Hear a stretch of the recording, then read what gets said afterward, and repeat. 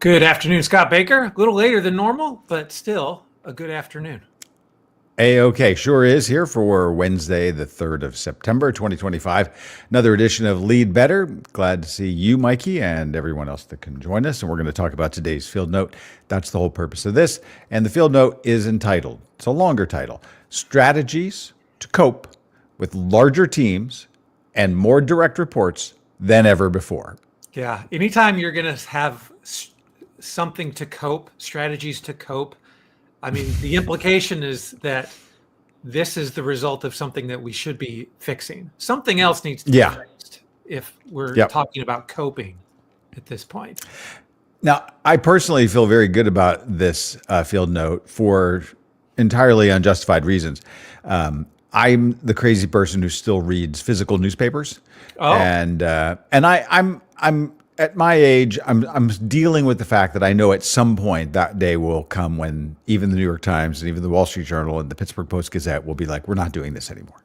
Yeah. And in fact, my driveway is 150 yards long. And sometimes whoever's doing the newspaper delivery will drive them up the driveway and leave them. But a lot of mornings I walk all the way down. It's a very good thing. It gets you outside. You walk along. There's a point to this, by the way. And so I am interested. How many different delivery people are delivering the number of newspapers? Well, there's one person who does the New York Times and the Wall Street Journal together. Okay. And then and those are more regular. The Pittsburgh Post-Gazette does a couple days a week. But even the Atlanta Journal-Constitution is now going to go to an all digital, which is a major newspaper. Right. Now, ask me later about the negatives of, because no one has read more news online or in print probably than I have in many regards. I do subscribe to 150 plus Substacks like field notes, so I have a problem. But as I'm walking back and I kind of look through the New York Times and the Wall Street Journal, I noticed in the Wall Street Journal this article the other day about this issue of I can't get a hold of my manager. And it was like there's so many layers of managers that have been weeded out that all of a sudden, like, people have more direct reports than they ever had. And once you get to, I don't know what exactly the number is. We've always said that leaders to the leader ratio is usually 7-1 in an organization. Well, now it's like 15, 20, and the organizations are actually happy about this. Now, our view as admired leadership at a high level is this is probably not going to last. And we've just got to get through a little bit of the inanity for a while. So there's a problem for the company. There's a problem for the leader having too many direct reports. And there's a problem for all the direct reports who really aren't sure that anybody's really paying attention. Right. So can we solve all of this in the next 12 minutes? I don't know. Well, let's think about the root problem there. Do you think this is happening for economic reasons? Or do you think there is a real trend in management style that is kind of trying to increase this ratio of employees to managers? You mean, like, is there like a secret book that goes around that says, here's how not to care about human beings? Maybe, but I mean, I think it has to be motivated by more than just economics. Yeah, I mean, I think there's like anything else, there's always an economic motive, and that's not necessarily bad. Companies need to have, you have to actually, earn a profit to stay in business, and many of these are publicly held companies, and we understand all of that. So the issue is that you're at a time where everyone's always trying to make sure that they've got the right, ratio of people in the right spots. But then you throw in this mix of like this uncertainty around what's happening with AI, and people are a little bit more hesitant because they're not sure. Because, like, you could start hiring people, but things are changing. Now, they changed a little less fast in the AI space, say in the last 6 months than in the 18 months prior to that. But no one is sure about, well, what happens for the next 18 months. And if we hire all of these people and our payrolls are thus and such, and all of a sudden we find we've got all new layers of efficiency. Now we got another, we've opened another kettle of worm. What's the kettle of popcorn? Popcorn. Yeah, right. Yeah. So there's a bucket of fish and a bucket of worms, and some weird thing happened with them all. Right. So the ratio seems to be growing at this point, as stated in the article, that as many as 15 to 20 direct reports per manager. Now, we've talked about this kind of thing before, this ratio before, and so automatically 15 to 20 seems like a lot to us. But I don't know that would necessarily sound like a lot to someone who hasn't thought this through before, right? managing that many people. There are people, by the way, and you know this, that they like the idea of the sound of having a lot of direct reports. So I didn't, we talked this out the other day. We do a longer Q&A podcast with our platform subscribers every 3 weeks where they can ask specific questions about behaviors. And so talking with our founding partner, we kind of got into that, a little bit. But I didn't raise this particular issue that somebody like, I've got 47 direct reports, because it makes them sound more important. Right. Now, if you say that and you're doing it with a sense of self-pride, my first reaction is actually, I feel so sorry for you and those people.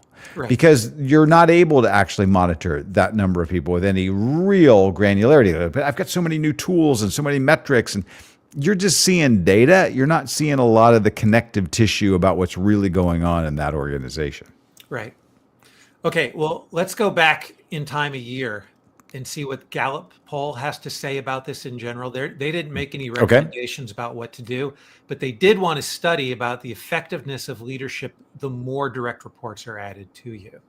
So I've got this pulled up, and it is a graph, but for those that are not able to see, we'll describe it. So just to set the stage, Gallup found... I don't think they're calling these inane tendencies. Oh, wait, no, it's innate tendencies. Right. Yeah, sorry. So we would pause on the word innate to be like, okay, is leadership style really innate for people? And we don't believe that that's true, but that's neither here nor there. What Gallup has found is those that have the tendency to display these behaviors, or whatever you call motivation. I'm saying these out loud for the people listening. Right. So the setting goals and arranging resources for the team to excel, there's some that demonstrate that kind of behavior and some that don't. Some managers tend to demonstrate initiation, that is influencing others to act, pushing them through adversity and resistance. Collaboration is the fourth one, and thought process. Like some managers take an analytical approach to strategy and decision making, and others don't. Okay, so now as we actually look at the manager who is considered high talent, that is, they demonstrate all 5 of those tendencies that we talked about. Moderate talent, they only demonstrate 3 of them. And then low talent is that it doesn't matter how many direct reports they have, they only demonstrate like 1 of those characteristics. So as you add people, the high talent managers, those that demonstrate all 5, don't seem to have a drop-off. The drop-off. Yeah, that's very interesting. But those that are moderate and low talent, especially the moderate talent ones, they experience a giant drop-off. Yeah, but they also start in way lower, except for the moderate talent. The moderate talent person seems okay right at the beginning, and then they drop. Again, for the folks listening on podcast, you're not actually looking at the graph; you're just hearing our voices. That chart, and you can go and watch this on YouTube later or on Substack or wherever. But that's a very interesting that the person of high talent in those categories. Those 5 categories would be able to maintain this even with more than 15 employees. Yes. I wonder where the drop-off goes after that, though. Well, you could kind of see it in the chart, because if we're talking about moderate talent leaders, and so we would all fit into what your typical leader is, there's a drop-off somewhere between having 4 direct reports and 5 to 9 direct reports. So somewhere between 4 and 7, there's going to be a big drop-off in your ability to manage them well. And then there's another big drop-off somewhere between 15 and more than 15, right? So somewhere in the 12 to there's a crunch level that comes in. So that giant drop-off, so when we say 7 or 8 direct reports is probably about the right number, but what it really depends on is your ability to have weekly one-on-ones with people. And if you can't have those weekly one-on-ones with people, and you can't do it with 4 people, then you shouldn't do it with 8 people. If you can't do it with 8 people, you should. So I don't know if the high talent leader that we're actually seeing here is someone who's dedicated to having 15 one-on-ones each week with each one of their direct reports. But we do know that their tendency, how else are they going to show up in those 5 different ways that those tendencies show up? And so I think it's an important thing for us to look at as we talk about the rest of this, what it is that you're going to do and how is it that you're going to be able to do it. It's an important thing to be able to look at from the idea of where is the actual drop off according to Gallup is. Yeah. I think it's helpful there. Yeah, I agree. I'd actually later like to look at those 5 categories again, just because we went through them pretty quick and I can't remember what the names of them were. Sure. Oh yeah, you can go back. I guess you have Yeah, that power. I do Wind have back that. up. Yeah. Yeah. So Motivation, in work particular, style, yeah, motivation, work style, initiation, collaboration, thought process. right. So think through all of those things. So I mean, I guess the question is that you may be in a workforce, and I think this is kind of where Randall and I talked about this, was that you're going to have a hard time in an organization where all of a sudden you have that many direct reports, and you're going to lose people, because it's not that your top performers need to be coddled. They don't like performing in a vacuum. Right. Like there's a person that's like, did you see how good I did? Right. Yeah, no, And that's an important they point. might not even say it out loud. There's a And lot of so, people who yeah. might even think, provided I get high performers on my team, I don't need to do this kind of hand holding at all. And Yeah, you characterize it as hand holding, and you're like, but I'm managing a high performance team, Yep. so they don't need it. So your point is like right on. Like even the best of performers we don't need to call it hand holding, but they do want that kind of attention. And you Yeah, they want that. There is in one of our videos, one of our partners, says the line that people hit home runs in empty ballparks all the time. Some of those people play for the Pittsburgh Pirates. But beyond that, the reality of that, if you're hitting home runs and nobody is noticing, then it kind of takes the fun out of it. You can't just go home and be like, I did extraordinarily well today. And, and that's not enough. And you want to go and play for that. And so you're going to lose people. And so you'll actually lose managers. And so in this delayering, this flattening frenzy that is going on, there's going to be a cost. And I think that was the issue that Randall was pointing to. Now, the question is, where do we go on the AI question? Because that's a reality. I was listening to a podcast earlier today, and an academic, a Stanford researcher, was talking about the lab that they run, and they've traditionally had 30 people running that lab, and now it's 6 people, because AI has created efficiencies that they actually don't need 30, they need 6. Well, we'd all be like, yeah, that's kind of what I've been worried about here for the last 2 years. Right. Am I going to be one of those 6? Right. Yeah. So now, again, that becomes a question, which is, we got rid of some managers, and everybody's managing 20 people now, but not for long. Yeah. Meaning, is that where they see this going? Now, I don't know. Because I think that there is this uncertainty area here, just quite literally, because there's been this recent study by MIT about how much do companies really benefit by putting in certain AI applications, and do they report real productivity, real profits, real advancement? Well, we know that it's wildly productive in certain ways, but we don't know in terms of this what accounts for the human experience. Certainly, in all the projections of jobs going down, I pointed out in the conversation with Randall, I noted an article around counseling and therapy and marriage counseling.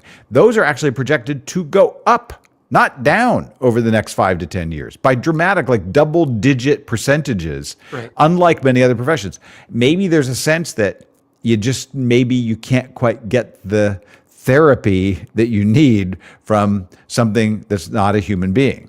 Right. So if that's where we ended the conversation, the thought would be, fight your organization to make sure that you don't allow this delayering to take place. But the fact is, it is a trend. Yeah, you have to deal with it right where you're at. You might be dealing with it. And so the nature of this field note is like, let's give you 4 short-term things that you might be able to do if you have to deal with the fact that you have 15 to 20 direct reports at this point. Well, I think even it's a responsibility in the C-suite. Maybe you need to do this. Maybe it's the best business case situation for your ability to strategize how to be successful in what you're trying to do. Well, then you need to actually be equipping these managers so that they're at least as good as they can be in those 5 categories. Right. And maybe they have a chance to manage fairly well with 15 people. Maybe, right? And you need to communicate to them and to everybody else. We're going to this situation. it's an uncertain time period. Be very clear about it. Here's what we're doing to mitigate it. Here are some of the procedures so that if I've got 500 managers in this situation, here's how we've actually brought in a new technology to help facilitate and make it work for your one-on-one schedules.